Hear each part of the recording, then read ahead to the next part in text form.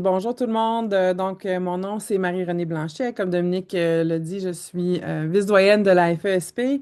Et puis, le BBAF, qui est le Bureau des bourses et de l'aide financière, et la FESP, travaillent de concert là, très, très fort pour essayer là, de bien encadrer tout ce qui est en lien avec les demandes de bourse à l'Université Laval. Donc, les bourses surtout des organismes subventionnaires fédéraux et provinciaux, etc.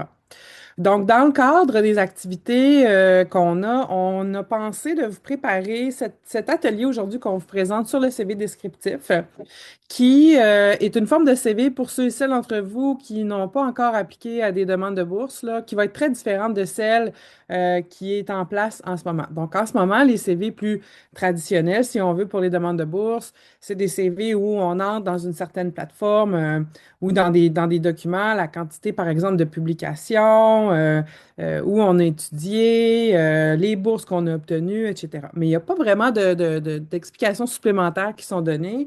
Donc, les gens qui évaluent l'excellence du dossier, puis le potentiel du candidat, ben, doivent se fier vraiment aux accomplissements, puis à ce qui a été fait et tout ça. Maintenant, il y a un gros chiffre là, au niveau des organismes subventionnaires où on veut vraiment accueillir les candidatures qui sont un petit peu qui sont peut-être un petit peu moins aussi traditionnelles. Donc, les gens qui auraient fait autre chose là, au travers de leurs études. Et on veut vraiment pouvoir évaluer le potentiel du candidat, de la candidate en recherche. Et pour ça, il manquait un petit peu d'informations. Donc, c'est là que le CV descriptif va entrer en place. Et puis, c'est bien important pour nous de bien vous préparer pour ça parce que ça va être un changement quand même important et c'est important de bien connaître, de comprendre là, stratégiquement qu'est-ce qu'il faut mettre là-dedans pour bien vendre sa candidature. Donc, aujourd'hui, on a Sarah Martin-Roy et France Gratton qui vous ont préparé à l'aide, avec aussi les gens du vice-rectorat à la recherche, ce webinaire-là. Et on a M. Gabriel Bossé qui lui est un utilisateur du CV descriptif, qui va pouvoir vous donner des trucs et astuces aussi. Donc, sans plus tarder, je passerai la parole à mes collègues et puis je vais être à la fin là, pour aider à répondre aux questions et tout ça, prendre bien en note vos questions et aussi vous faire quelques petites annonces sur certaines formations supplémentaires qu'on a au niveau des bourses. Donc, sans plus tarder, Sarah et France, je vous passerai la parole. Oui, effectivement, merci là, pour la présentation, France. Rapidement, le Graton, je travaille au Bureau des bourses et de l'aide financière. Maintenant, bon, je vais te parler de CV commun canadien, là, ce qui est souvent appelé le CVC, qui sera abandonné là, graduellement par les organismes, un peu là, comme Mme Blanchet l'a mentionné. Tous les programmes qui demandaient là, le CVC au provincial, c'est le CV du FRQ qui va être demandé à compter de l'automne 2026. Sinon, du côté du fédéral, ça va être avec l'implantation de la nouvelle plateforme. Donc, ça va être fait là, au courant là, des prochaines années. On va passer à la prochaine diapo. Parfait.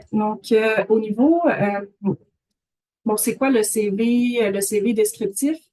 Il permet là, aux personnes candidates de toute la latitude finalement qui est nécessaire là, pour présenter leur profil de recherche à eux. Permet aussi de mettre en valeur l'expertise et les compétences de la personne candidate.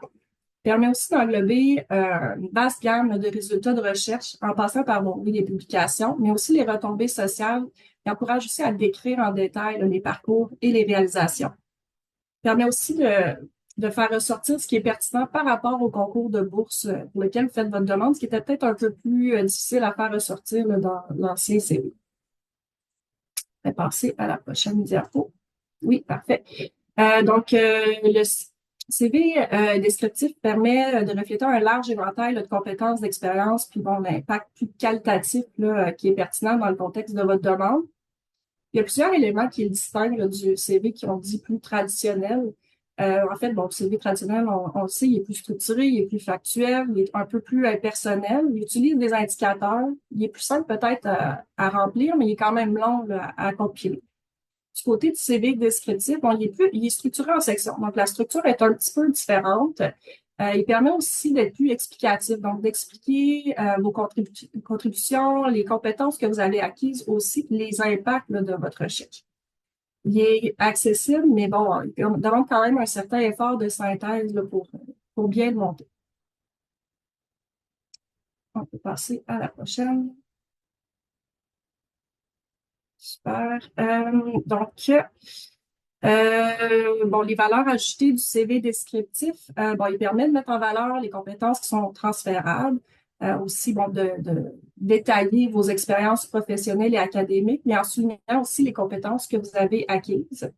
Il s'adapte plus facilement aux profils qui sont plus atypiques ou encore les profils qui sont plus multidisciplinaires. Il met l'accent aussi sur vos projets réalisés, donc les résultats que vous avez obtenus, les impacts, mais pas juste les facteurs là, d'impact là, qu'on voit là, dans les il donne la possibilité aussi de mettre de l'avant une approche qui est peut-être plus personnalisée, donc de le personnaliser vraiment à vous. Il améliore la lisibilité pardon, pour les personnes évaluatrices qui ne sont pas spécialisées dans votre domaine, ce qui est souvent le cas là, lors des évaluations là, au niveau des comités. Donc, c'est des gens dans votre domaine, mais pas nécessairement là, spécialisés là, dans votre domaine à vous. Il permet aussi une évaluation qui est plus qualitative de l'impact de la recherche, puis de l'expérience, puis bon, la capacité, le potentiel de recherche de la personne qui est évaluée, qui permet aussi de soutenir bon, la déclaration de San Francisco sur l'évaluation de la recherche, donc DORA plus communément. On va en parler à la prochaine diapo. Super. Bon, je vous invite à consulter là, la page web pour plus d'informations sur Dora, mais bon, on va quand même regarder là, quelques recommandations générales plus par rapport à votre CV. Bon, au lieu de se concentrer uniquement sur des chiffres, bon, ça permet d'évaluer la portée, l'importance et l'influence des travaux. Donc, c'est ce qui est important de mettre de l'avant là, dans votre CV descriptif. C'est important aussi de mettre en contexte, donc d'expliquer, par exemple, pourquoi un article est important, là, autre que juste des facteurs d'impact.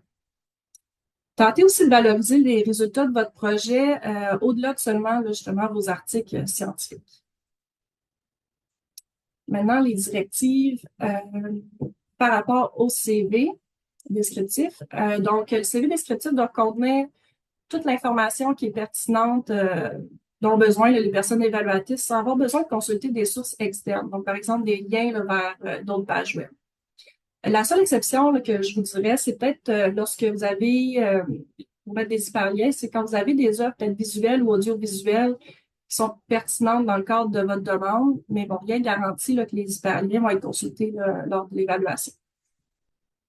Comme toutes les autres CV, bon, au moment de présenter votre demande, vous attestez là, que les renseignements que vous fournissez sont complets et exacts.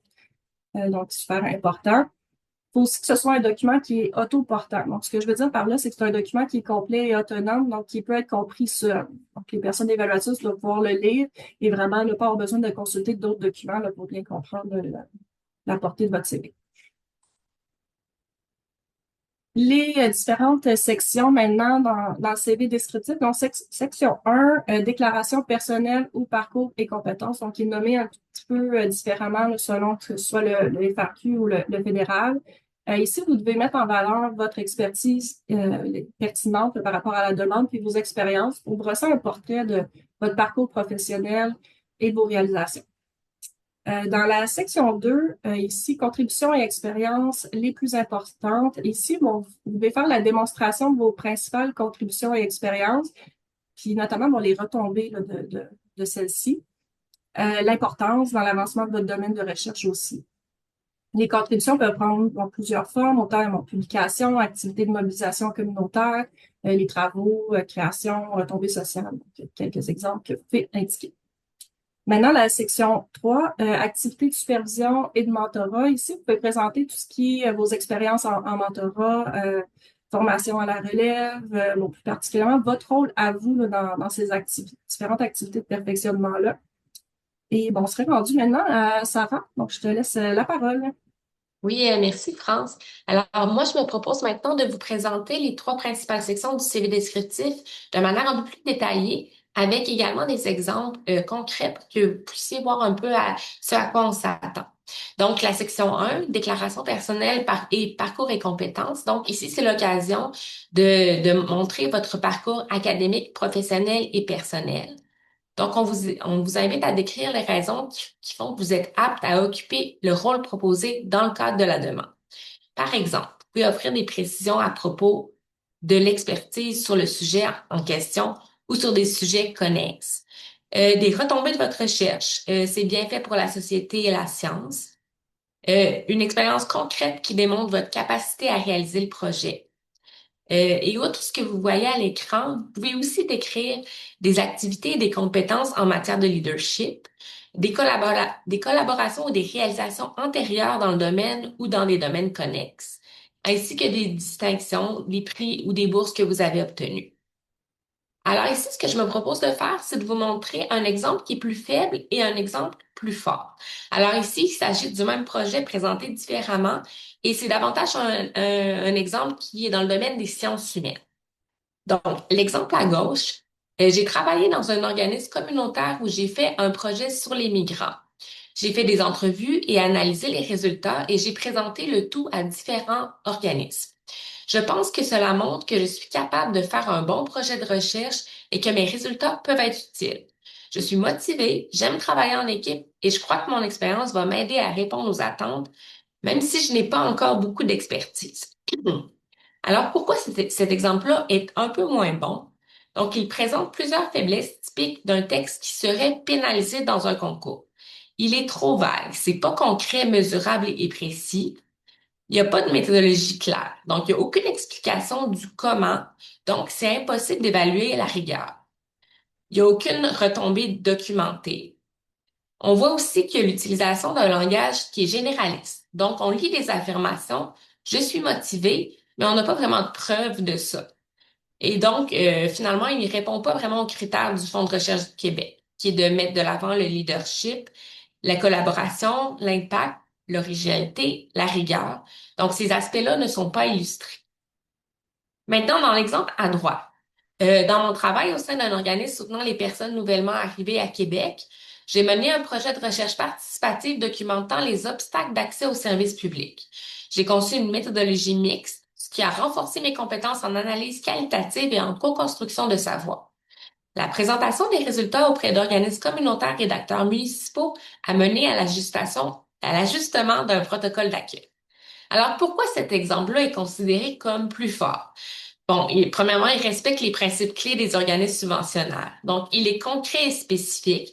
Il décrit clairement un projet, une méthodologie, des actions et des résultats observables. Il démontre également des compétences, donc des compétences méthodologiques, l'analyse qualitative, la co-construction, la mobilisation des connaissances. L'exemple fait aussi ressortir des retombées. On voit clairement le changement obtenu, l'ajustement d'un protocole d'accueil. Euh, L'exemple met également en valeur le leadership et la collaboration. Donc, il y a eu des interactions de la personne avec des organismes, des tables de concertation, des élus municipaux. Et enfin, l'exemple est bien aligné avec les objectifs du Fonds de recherche du Québec. Donc, il y a un lien explicite avec les enjeux sociétaux et la pertinence pour le financement. Bref, dans cet exemple-là, on voit que les critères sont vraiment illustrés et on ne fait pas simplement que les énoncer, les critères. Alors, maintenant, pour la section 2. Ici, vous pouvez décrire jusqu'à 10 contributions ou expériences importantes, pertinentes pour votre demande. Donc, les contributions qui sont décrites dans la section précédente peuvent être utilisées ici. On vous invite à expliquer les retombées, l'importance et l'utilité de chaque contribution et le rôle que vous avez joué. Puis, il faut savoir qu'une contribution peut inclure un ensemble de publications connexes. Donc, c'est pas nécessairement un seul article ou un seul rapport. Donc ici, vous avez le genre de contribution que vous pouvez inclure. Donc, outre les articles et autres publications, je voulais vous donner des précisions là, sur le deuxième et le troisième point de forme. Donc, par rapport aux activités d'évaluation, donc ça peut être des activités d'évaluation d'articles, de revues scientifiques, de conférences ou de financement. Pour les services ou les contributions au milieu où vous avez dû mettre à jour votre savoir-faire. Donc, ça peut être la participation à un comité consultatif ou à un comité de spécialistes.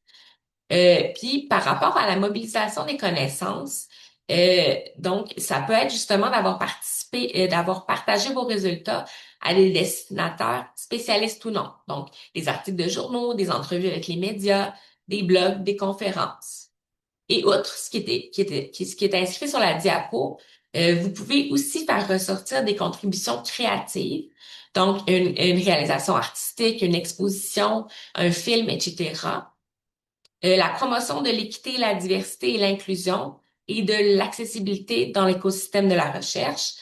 des activités de bénévolat également, et enfin des partenariats ou des collaborations avec des groupes canadiens ou internationaux de recherche ou avec des organismes à but non lucratif, publics ou privés. Alors, je vous reviens ici avec un exemple plus faible et plus fort pour la section 2. Donc, l'exemple est davantage en sciences naturelles et génie. Donc, j'ai travaillé sur un projet visant à diminuer les vibrations dans des machines. Nous avons fait plusieurs essais et écrit un article à ce sujet. Le projet pourrait être utile pour certaines entreprises, mais ce n'est pas encore déterminé. J'ai contribué à quelques tests et à la rédaction. Nous avons aussi présenté nos résultats lors d'une conférence. Je me suis surtout occupée de collecter les données. Donc, pourquoi cet exemple-là est plus faible? Donc, la contribution n'est pas clairement expliquée. On ne sait pas exactement ce que la personne a fait. J'ai travaillé sur c'est quelque chose, c'est un peu trop vague. De plus, les retombées sont floues ou inexistantes. Donc, il manque de données, de résultats concrets. On voit aucun impact pour la communauté ou pour le public, donc c'est pas décrit.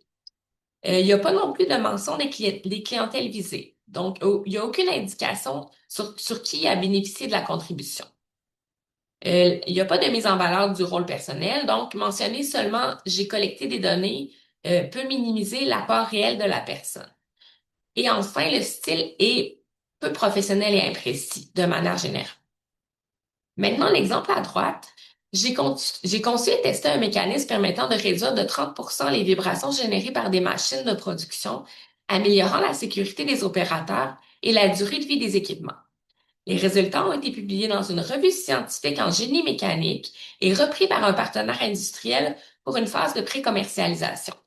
J'ai également animé une présentation dans le cadre d'un congrès expliquant l'impact de ces vibrations sur la santé et la performance des machines, contribuant à une meilleure compréhension du sujet.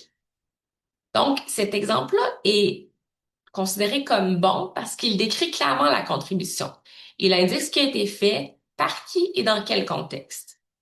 L'exemple explique également les retombées concrètes. Il montre l'impact réel du travail, amélioration de la sécurité, prolongation de la durée de vie des machines. Il mentionne également la valeur du projet pour plusieurs clientèles. Donc, entre autres, le milieu académique, qui est une publication scientifique, le milieu de pratique, qui est l'industrie. Il décrit clairement aussi le rôle de la personne. J'ai conçu et testé, j'ai animé une présentation. Enfin, il est concis, structuré et compréhensible pour un public qui est non spécialiste. Donc, il utilise des termes qui sont simples sans sacrifier la précision. Donc, j'en suis à la troisième et dernière section du CV descriptif. Alors ici, comme dans les autres cas, je vous présente des exemples de ce qu'il peut contenir et on s'attend évidemment pas à ce que vous ayez de l'expérience pour tous ces points nécessairement. Donc ici, on vous invite à décrire dans quelle mesure vous avez contribué à encadrer ou à former les générations futures. Cette expérience peut inclure le perfectionnement de personnel hautement qualifié pour des carrières à l'intérieur ou à l'extérieur du milieu universitaire. Donc, vous avez des exemples à l'écran de ce que ça peut contenir. Je voulais apporter une précision sur le troisième point, sur le mentorat formel ou informel de personnel hautement qualifié. Donc, ça peut être le mentorat de collègues, de collaborateurs, de partenaires pertinents et aussi d'autres membres de la communauté. Pour ce qui est de la sensibilisation et de la mobilisation de membres du corps étudiant, ça peut être des jeunes, des membres du grand public, notamment par des activités ciblées ou par le renforcement des capacités. Donc, j'en viens à mes derniers exemples, puis je vais être un peu plus brève sur l'explication par la suite. Je pense que vous avez quand même compris le principe des autres exemples. Donc c'est un exemple qui est davantage dans le domaine de la santé. Dans le cadre de mon doctorat, j'ai encadré des personnes étudiantes dans différentes activités de mon centre de recherche. J'ai aussi contribué à des initiatives de mentorat de personnes étudiantes en médecine et en sciences infirmières. Mes implications ont visé l'établissement de milieux, de pratiques et de normes de recherche sûres, équitables et inclusives. Donc, pourquoi l'exemple est moins bon? En fait, la proposition n'est pas individualisée et la contribution n'est pas clairement expliquée. Donc, qu'est-ce que la personne a fait concrètement? C'est pas clair. De plus, on observe que dans la dernière phrase, la personne reprend presque mot pour mot le critère justement dans la dernière phrase. Donc, on veut surtout illustrer ici et non reprendre les critères exactement comme le Fonds de recherche du Québec les a énoncés. Maintenant, l'exemple à droite, dans le cadre de mon projet doctoral sur la prévention des maladies infectieuses, j'ai contribué à l'encadrement de personnes étudiantes de deuxième et de troisième cycle en médecine et en sciences infirmières.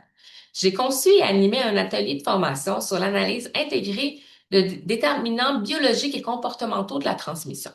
De plus, j'ai offert du mentorat à une quarantaine de personnes étudiantes en médecine et en sciences infirmières entre 2024 et 2026. J'ai aussi accompagné les mentorés dans leur demande de bourse de recherche. Alors, brièvement, cet exemple est plus fort. Pardon. Ici, on voit que le contexte est plus clair et détaillé et on peut voir les retombées sur les personnes étudiantes et ceux qui sont concernés.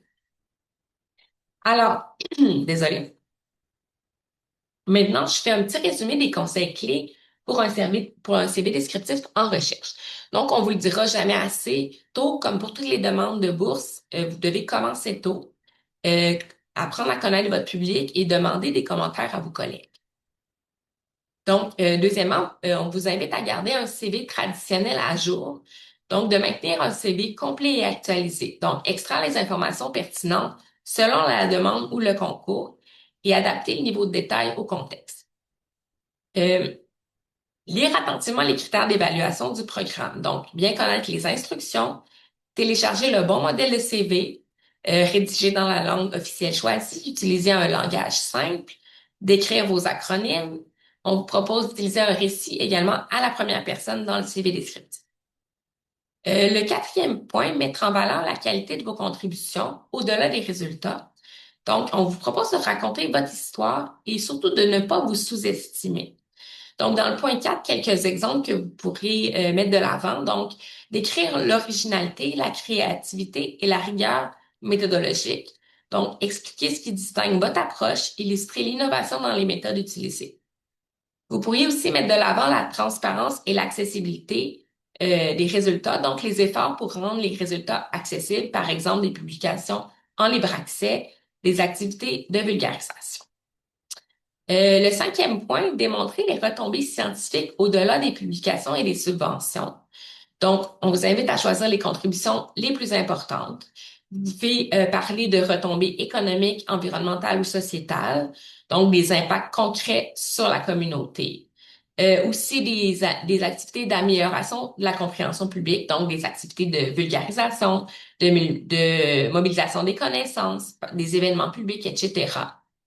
Et donc, c'est les principaux points pour les démontrer les retombées scientifiques. Et évidemment, on vous invite à faire relire votre CV descriptif à d'autres personnes, justement pour avoir des commentaires pertinents et pour améliorer votre CV. Donc, ça terminerait ma partie de la présentation. J'inviterais Monsieur Gabriel Bossé à poursuivre la présentation. Oui, bonjour, est-ce que vous m'entendez bien? Parfait. Donc, Gabriel Bossé, professeur au département de psychiatrie neurosciences. Donc, ça fait plaisir d'être ici ce matin. Un petit point, c'est certain qu'étant donné mon expertise plus en recherche biomédicale, il y a certaines terminologies et des exemples qui penchent plus vers ce côté-là, mais les exemples puis la mise en page et tout ça reste la même, peu importe le domaine d'études, je dirais.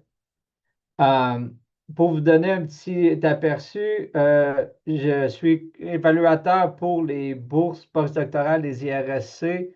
Ça fait 4 ans que j'évalue les bourses postdoctorales du FRQ et 2 ans que j'évalue des bourses PhD FRQ également. Donc, ça fait quand même plusieurs années que j'évalue. Donc, j'ai bâti quelques slides pour vous parler un peu des exemples de ce qu'on recherche. Il y a beaucoup d'informations qui ont déjà été un peu partagées que je vais répéter, là, mais je pense que c'est des trucs extrêmement importants. Donc, puis pour bien comprendre aussi comment bâtir son CV, puis même toute la demande pour une bourse, là, j'ai pensé vous donner quelques aspects de comment que ça se passe un peu l'évaluation, parce que ça aide à comprendre comment mettre en page et tout ça. Donc, un des enjeux, c'est que pour l'instant, même s'il y a un changement vers le CV descriptif, certains des organismes sont encore bref, il n'offre pas beaucoup de directives claires pour bâtir le CV, ce qui entraîne une grande variabilité dans le style. Par exemple, pour les bourses FRQ postdoc de cette année, j'avais une vingtaine d'applications. J'avais 20 CV totalement différents l'un de l'autre parce qu'il y avait un peu personne qui savait comment l'écrire. C'est sûr que ça va s'améliorer. Puis ça, c'est des commentaires qu'on a dit au FRQ qui devaient donner des meilleures lignes directrices. Donc, on va voir, je pense que, corrigez-moi si je me trompe, mais je pense que les concours souvent ouvrent au mois de juillet, août. Donc, probablement qu'on va avoir plus d'informations à ce niveau-là, là. Donc, on va espérer que le FRQ, entre autres, donne plus de directives parce qu'elles sont quand même relativement vagues pour l'instant. Euh, Présentement, il y a une grosse période d'adaptation pour nous, les évaluateurs. Euh, donc, ce qu'il faut savoir, c'est que l'adoption du CV descriptif, par exemple, n'a pas nécessairement été faite en concert avec les évaluateurs. Ce qui veut dire, c'est qu'encore là, nous, on a un changement qu'on doit maintenant adapter nos grilles d'évaluation et tout ça. Donc, c'est une période d'adaptation pour nous aussi. Un point très, très important, puis ça va revenir plusieurs fois, là, c'est que gardez les évaluateurs en tête lorsque vous préparez une demande. Ça veut dire que, là, on l'a mis en rouge, là, la mise en page est extrêmement importante pour les demandes de bourse. Ce qu'il faut savoir, c'est que souvent, mettons, le top 3 est très facile à évaluer dans un concours, mais le reste des applications, souvent, ça se joue à quelques points seulement. Donc, tout point qu'on peut aller chercher en ayant une demande, un CV qui est bien structuré, qui est clair, peut être la différence entre recevoir une bourse ou non, tout simplement. On peut changer la page. Un autre point très, très important que je pense qui n'est pas toujours clair pour les étudiants, là, c'est que pour certains organismes, puis là, le tableau que je vous montre là, c'est pour le FRQ, on a énormément de lassitude et de variabilité dans la façon qu'on évalue. Parce que le FRQ nous dit par exemple, pour le dossier académique qui vaut 45 points, on évalue les notes de distinction et compagnie, mais chaque évaluateur peut mettre le nombre de points qu'il veut pour chaque sous-catégorie. Donc, ce que je vous montrais, évaluation 1, 2 et 3, c'est trois exemples réels ça date de l'hiver 2025 du comité FRQ de trois chercheurs ici à Cerveau. Et ça, c'est nos grilles d'évaluation, puis vous voyez qu'on a tous des pondérations très différentes. Puis donc ça, c'est quelque chose qui ne changera pas, mais à garder en tête. Donc, c'est comme pour ça qu'il était mentionné que votre CV doit faire ressortir ces différents éléments-là, parce qu'il y a des points pour chaque élément et qu'on est vraiment libre de faire ce qu'on veut. On peut changer la slide. L'autre chose, c'est que quand je vous disais de garder les évaluateurs en tête, c'est qu'il faut garder le concept que quand on évalue, on a souvent entre une quinzaine et une trentaine d'applications par comité. Donc, ça fait énormément de demandes à évaluer. Donc, tout ce que vous pouvez faire pour améliorer la rapidité à laquelle on peut identifier les points importants, puis d'avoir une demande qui se lit bien, qui respire bien, c'est critique. Donc, on peut avancer. Donc, souvent, honnêtement, le dossier académique, c'est ce qui départage la majorité des étudiants. Le projet de recherche, je sais que ce n'est pas le concept ici de parler du projet de recherche, là, mais souvent, la majorité des projets de recherche sont très bons, sont bien écrits et tout ça. Donc, souvent, c'est à la section dossier académique et parcours que la majorité des bourses vont se gagner ou se perdre, là. Puis des fois, c'est juste de bien mettre en valeur son parcours qui va faire la différence. Donc, ça a déjà été mentionné, mais c'est vraiment montrer votre impact, votre productivité, désolé, votre leadership. Qu'est-ce que ces expériences-là ont apporté à votre parcours? Qu'est-ce que vous avez fait concrètement? Ça, c'est très important. Des exemples précis et concrets, c'est essentiel. C'est aussi important de créer des sous-sections, puis là, on va en revenir. Puis, tu sais, la participation des congrès et tout ça. Ensuite, c'est ça. Donc, votre encadrement que vous avez fait, l'enseignement que vous avez fait, puis bon, c'est certain que pour votre niveau d'études, maîtrise, PhD, postdoctorat, ça va changer. Les attentes pour un étudiant en maîtrise ne sont pas les mêmes que pour un étudiant postdoctorat, ou un stagiaire postdoctorat plutôt. que ce soit au niveau mentorat ou encadrement, mais tout ça est très important. Si vous avez fait des stages obligatoires ou optionnels, est-ce que c'est un stage que vous avez auto-initié, c'est-à-dire que ce n'était pas obligatoire dans votre formation, mais vous avez contacté un professeur, par exemple, faites-le ressortir parce que ça démontre de l'engagement, de la curiosité, de l'initiative. Donc, tout ça est très important. Puis, c'est des petits détails qui, des fois, encore là, quelques points peuvent tout changer la donne. Alors, encore là, soyez détaillé qui était votre mentor, l'institution. Tout compte. Les comités étudiants, la participation, par exemple, ici à Cerveau, on a des activités portes ouvertes. Donc, il y a des étudiants qui sont impliqués dans ces activités-là. Bien, ça fait partie de leur implication. Ça peut être des implications en dehors du contexte académique. Si vous faites partie, je ne sais pas, un groupe de bénévolat pour l'entraide citoyenne, des choses comme ça, mettez-le. Ça fait partie.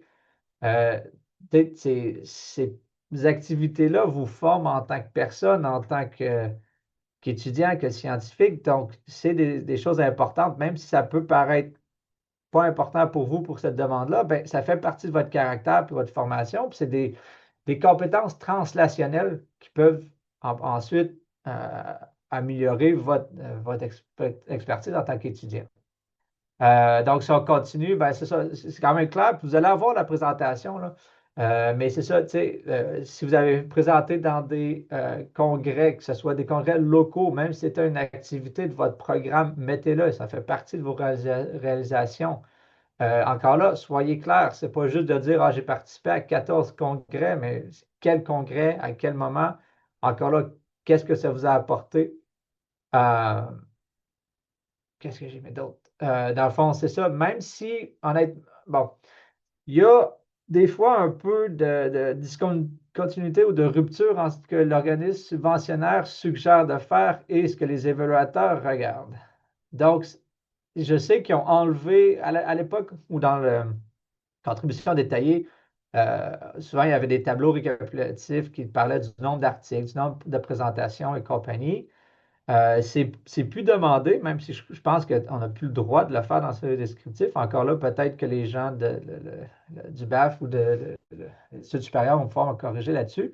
Mais c'est une phrase récapitulative qui peut mentionner le nombre d'articles et tout ça aide grandement à l'évaluation. Là, c'est là que des fois qu'il y a comme je disais, une rupture entre ce que les évaluateurs recherchent et ce que l'organisme subventionnaire propose, mais à la fin de la journée, c'est les évaluateurs qui vont évaluer. Bon, le facteur d'impact et tout ça n'est pas nécessaire dans ce cas-ci. L'impact facteur ne va pas nécessairement dicter si l'article ou si la présentation est valable ou non. C'est qu'est-ce que ça va apporter à votre parcours, mais de mentionner le nombre de présentations, le nombre d'articles, ça nous aide énormément.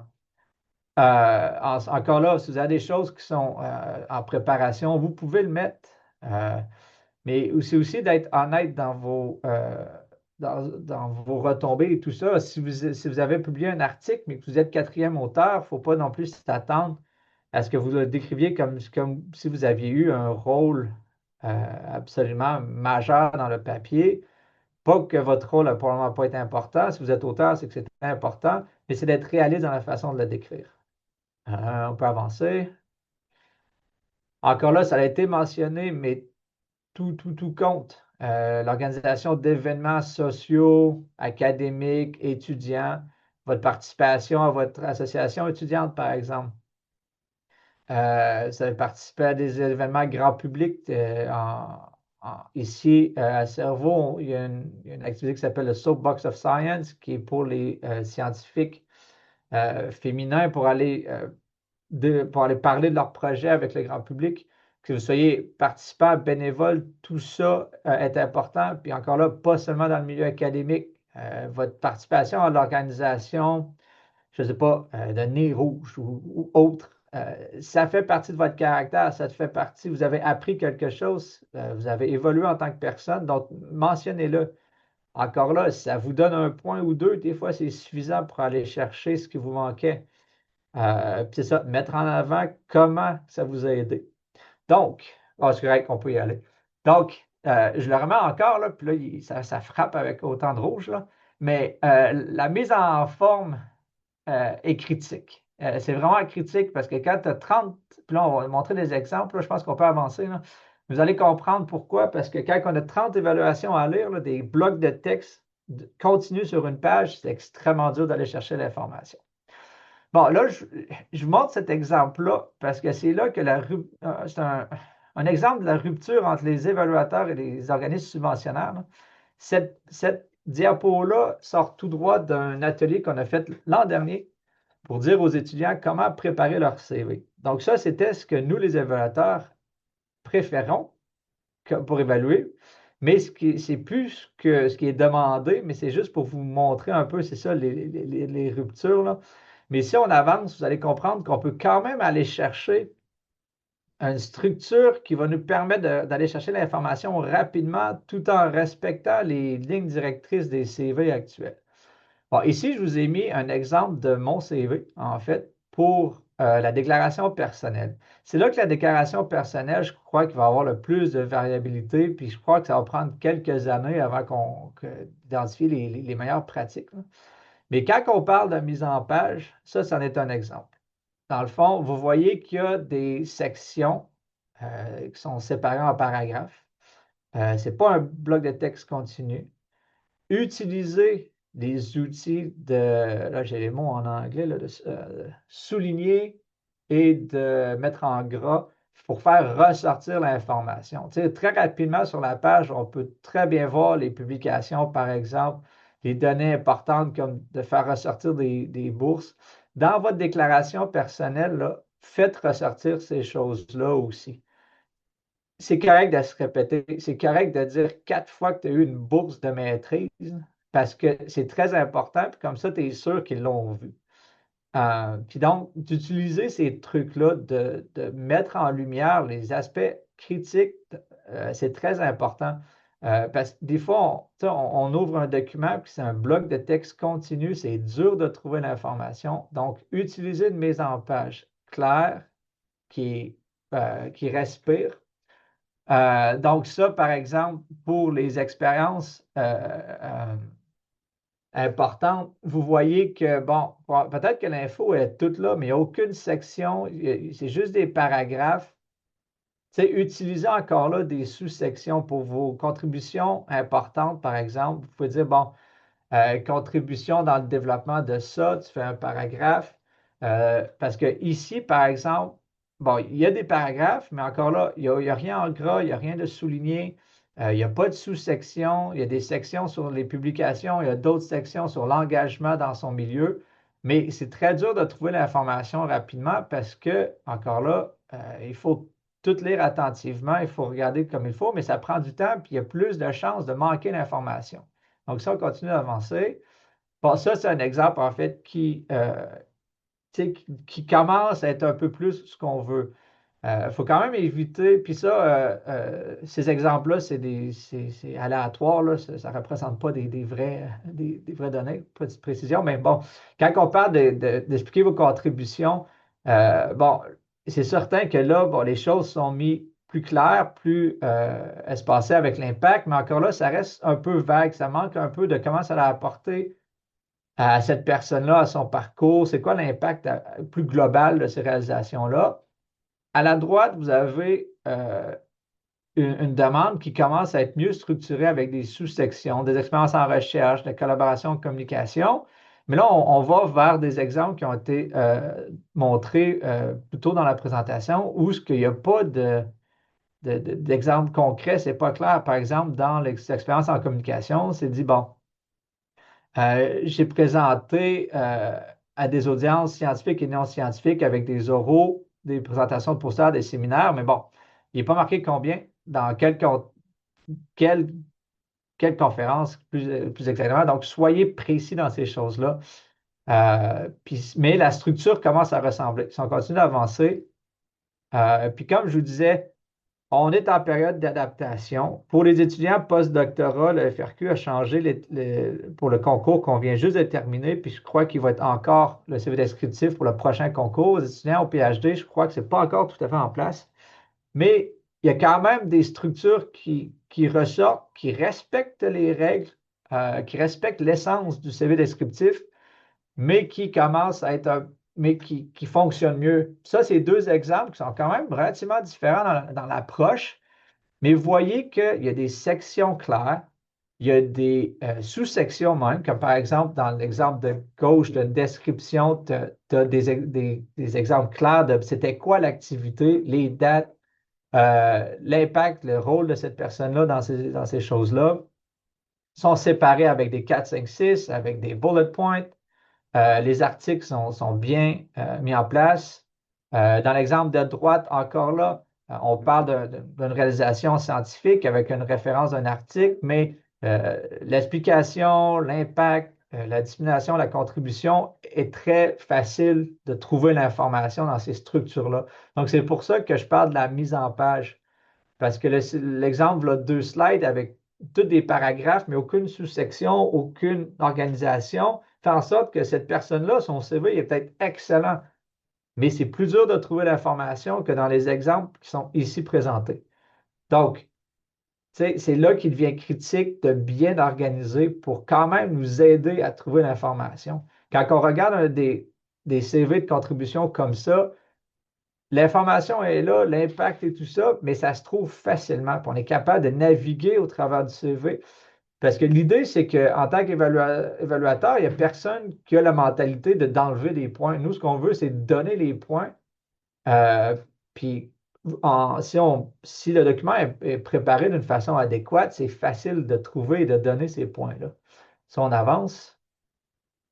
Donc, c'est ça. Donc, ça a déjà été mentionné, mais commencez à préparer, à penser à votre CV dès que possible. Ça veut aussi dire, au cours de votre parcours académique, d'être sensible à ces réalités-là. La réalité, c'est que les étudiants qui obtiennent des bourses souvent étaient impliqués dans leur communauté étudiante. Souvent, les étudiants ont eu d'autres bourses. Souvent, les étudiants avaient des activités. Ils ont présenté à plusieurs congrès. Il y a plusieurs facultés sur le campus de l'Université Laval avec beaucoup d'opportunités pour présenter localement dans des congrès gratuits. Prenez-les, ces choses-là.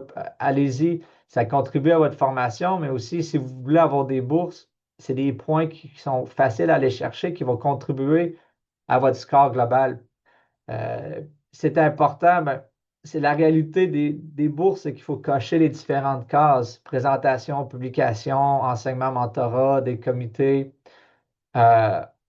Bon, le point des instructions, malheureusement, elles sont encore un peu vagues, mais je pense que j'ose espérer tout le moins que les organismes vont améliorer un peu leur instruction et peut-être donner des exemples plus concrets aux étudiants, là, puis même aux stagiaires postdoctoraux.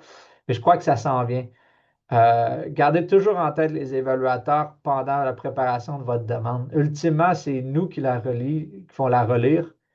On a beaucoup de demandes à relire. On a beaucoup d'autres choses à faire aussi. Donc, aidez-nous à vous donner des points. Aidez-nous à vous aider. L'organisation, l'utilisation du gras, des sous-sections, ça nous aide grandement. Vous avez des pairs qui ont déjà eu des bourses, des fois. Vous avez des pairs qui appliquent aussi. Parlez-vous, aidez-vous entre vous. Faites relire. Si vous êtes à l'aise, demandez à des gens qui ont reçu des bourses leur demande pour voir qu'est-ce qui fonctionne. Les exemples que je vous ai montrés, c'est des exemples que j'ai vus dans des demandes de bourse. C'est certain que j'ai tout changé l'information pour ne pas reconnaître les gens, là. Mais ça reste des exemples que moi, je trouvais fonctionnaient bien. C'est certain que chaque évaluateur peut être un peu différent, mais les concepts de base pour structurer la demande, ça va vous aider, peu importe qui évalue la demande. Puis donc, c'est ça. Demandez à vos collègues, des collègues qui ont reçu des bourses IRSC, des bourses FRQ, des bourses RSNG. J'oublie le nom pour les sciences sociales, là, mais un équivalent fédéral. Mais demandez à vos collègues parce que, ultimement, oui, le CV est important, mais comment c'est structuré, comment c'était présenté, ça peut être ce qui décide si c'est une bourse ou non. Donc, c'est ça. Donc, ça va me faire plaisir de répondre à vos questions si vous en avez. N'hésitez pas à me contacter non plus. Là, dans le fond, ça fait plaisir si vous voulez partager mon courriel. Là, je ne sais pas s'il était à quelque part dans la présentation, j'oublie. Mais ça va me faire plaisir de répondre à des questions plus tard aussi. C'est une période de changement pour tout le monde. Nous-mêmes, on doit faire les CV descriptifs aussi maintenant. Les étudiants, les stagiaires, postdoctoraux vont commencer à les faire. Les évaluateurs, c'est une grosse période d'adaptation. C'est une période d'adaptation pour les organismes subventionnaires. Donc, tout le monde va apprendre à naviguer ça, mais encore là, le mieux possible puis le plus clair possible nous va aider. Merci beaucoup, Gabriel, de ces bons trucs puis ces exemples très, très clairs. Dominique a mis dans le chat l'adresse courriel si jamais les gens veulent communiquer avec vous là, en ayant des questions, etc. On serait rendu à la période des questions, donc vous pouvez l'inclure là, dans le petit onglet questions-réponses. De mon côté, je vais pouvoir gérer les questions.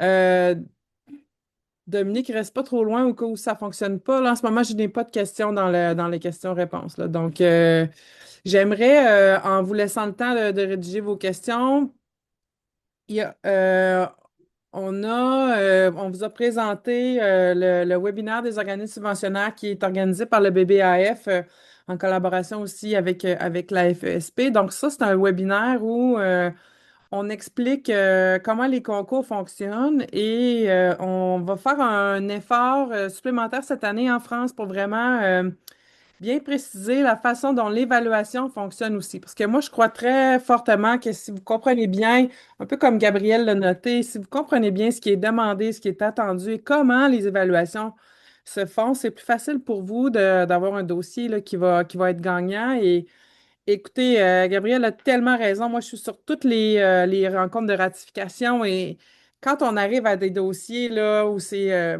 finançable, pas finançable, c'est vraiment des petits détails qui peuvent faire la différence. Donc, ça vaut vraiment la peine d'investir du temps.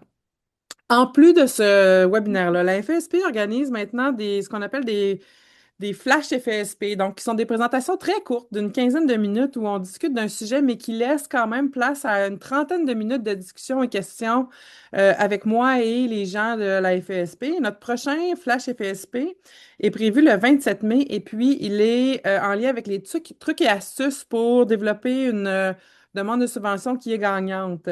Donc, on vous invite à vous inscrire. Dominique a mis le lien dans le chat. Donc, c'est vraiment une présentation très courte, là. L'objectif de tout ça, là, c'est vraiment avoir une occasion de discuter avec nous, de nous poser vos questions. Donc, on vous invite à participer. C'est sur l'heure du dîner. Donc, on espère de vous voir pour ce petit flash FSP le 27 mai prochain. Je n'ai toujours pas de questions, mais attends un petit peu, il y en a une qui s'est posée, mais moi j'aurais une question pour France. Parce que je trouve que nous, on a organisé ça, il faut que les gens comprennent que les organismes, ça fait quand même un petit bout qu'ils nous disent qu'ils vont mettre ces CV descriptifs-là en place. Et la date à laquelle ça va être implémenté à gauche et à droite continue d'être repoussée constamment. Donc là, j'aurais besoin de clarté, là, France, sur cet automne, au concours d'automne, parce que là, les étudiants qui sont ici là, se préparent pour les concours d'automne. Qui doit soumettre un CV descriptif et qui n'a pas besoin de le faire? Donc ça, je trouve que ça manquait un petit peu de clarté. Donc, on a passé rapidement au début, mais c'est important là, qu'on clarifie cette information-là. Oui, oui, effectivement, c'est pas dans tous les concours que ça va être demandé. Bon, un peu comme M. Bossy l'a nommé au postdoc, c'est déjà mis en place là, depuis les concours de l'automne dernier. Donc, ça va Pour quel continuer. organisme subventionnaire? Les Pour le FRQ? FAQ, oui. Pour le FAQ postdoc, c'est implanté, ça va continuer de l'être. Au niveau du FAQ, maîtrise, doctorat, eux, c'est pas le CV descriptif qui est demandé, là. La manière il y a une section pour mettre vos bourses, expériences, etc. Mais la partie plus CV n'existe pas. C'est plus comment c'est nommé? C'est le parcours intégré là, d'une page là, qui est demandé, c'est pas le CV descriptif, mais c'est un peu similaire. Donc, toutes les bonnes pratiques que vous avez entendues aujourd'hui peuvent être appliquées là, dans cette section-là d'une page.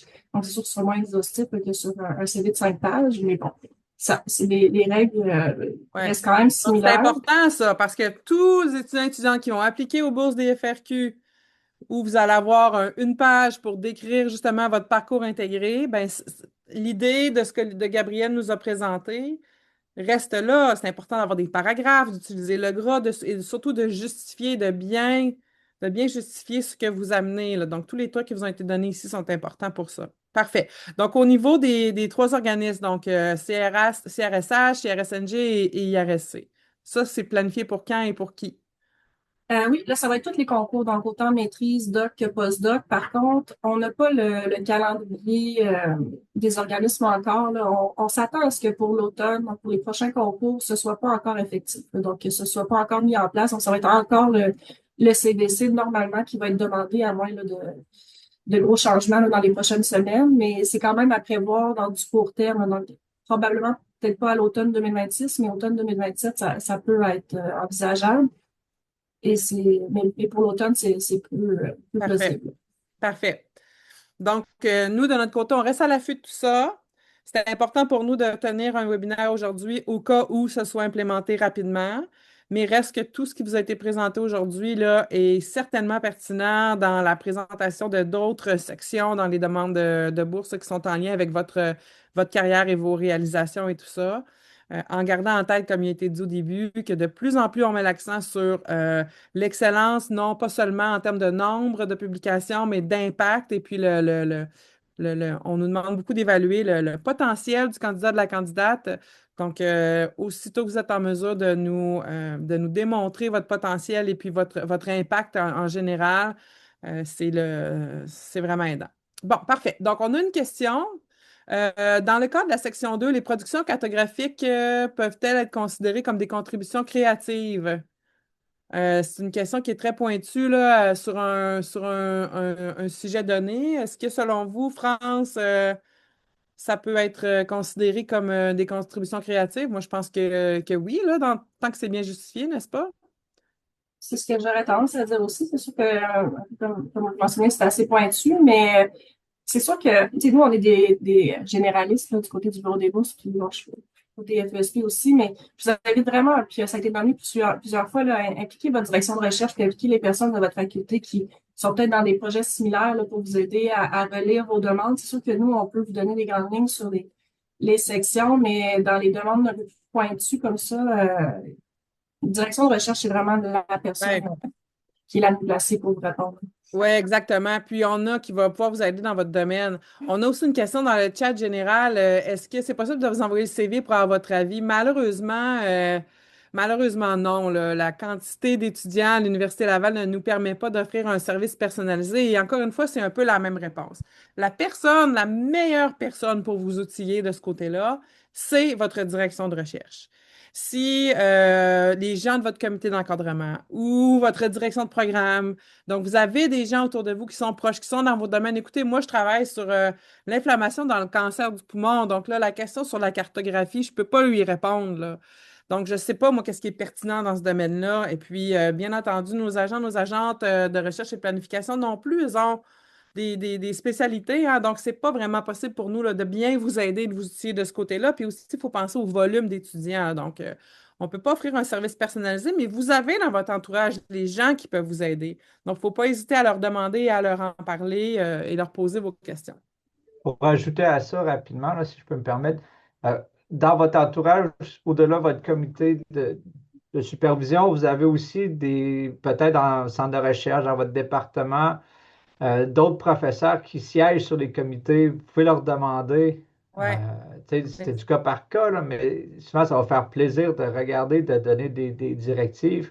C'est certain que si vous envoyez votre CV la veille, non, mais prenez-vous d'avance, demandez d'avance, puis ça a plus de taux de succès Ouais. d'avoir une réponse positive, mais regardez autour de vous, oui, parce que c'est ça, les différents axes de recherche, que ce soit sciences sociales, de foresterie et compagnie, vont avoir des particularités, des jargons qui sont différents d'un à l'autre, mais c'est ça, regardez autour de vous qui évalue sur les comités, puis n'hésitez pas Mhm. à demander. Mhm. On m'indique aussi là, dans le chat là, qu'il y a aussi les conseillères en développement de la recherche dans certaines facultés qui peuvent donner un coup de main là, avec ça là, au besoin. Mais moi, je pense que passer par sa direction de recherche et les chercheurs qui sont proches de vous là, dans les centres de recherche, c'est définitivement la meilleure approche. Ce qui est bien avec les conseillers et les conseillères en recherche, c'est qu'ils sont vraiment très à l'affût de ce qui est demandé par les organismes subventionnaires. Donc là, vous allez vous assurer d'avoir. Donc, vous pouvez aller chercher deux types de réponses. Quelque chose qui est un petit peu plus spécifique à votre domaine, mais quelque chose où avec les conseillers et conseillères en recherche, vous pouvez vraiment vous assurer d'être bien aligné avec les demandes des concours. Donc, ils sont aussi très, très utiles. Ces personnes-là, il faut bien les utiliser. Écoutez, on arrivera à la fin. On a quelques questions qui restent. Je ne sais pas si France et ton équipe, vous les voyez, là. Donc, on pourra peut-être les noter et puis s'assurer d'y répondre. Mais merci beaucoup. Merci à toute notre équipe qui a organisé ce webinaire. Merci d'avoir été là en grand nombre aujourd'hui. Puis on espère que ça vous aura été pratique. Et puis on espère vous voir pour nos prochains webinaires, que ce soit le Flash FESP et puis le webinaire des organismes subventionnaires cet automne. Donc, France, est-ce que tu as un mot de la fin? Non? Non, c'est quand même complet, mais oui, je vais prendre en note les dernières petites questions qu'on vous répondra par courriel là, pour Ouais. Merci beaucoup tout le monde. Au revoir. Bonne fin de journée.